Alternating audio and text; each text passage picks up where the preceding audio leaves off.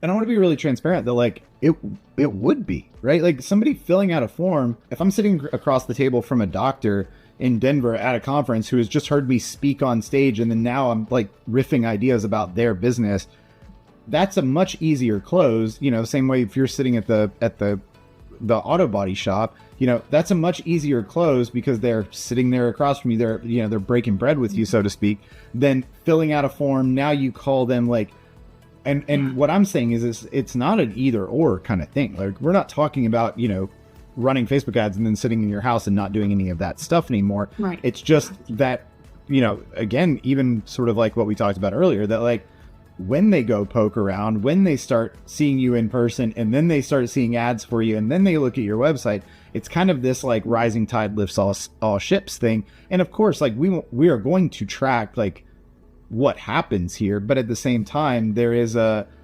element of just everything is everything, you know. So it's not a, if we're expecting, I guess what I want to be clear, if we're expecting to just turn on ads and have, you know, millionaires sign up and like show up on your calendar ready to give you their money to manage, like that's not what we're talking about. Yeah.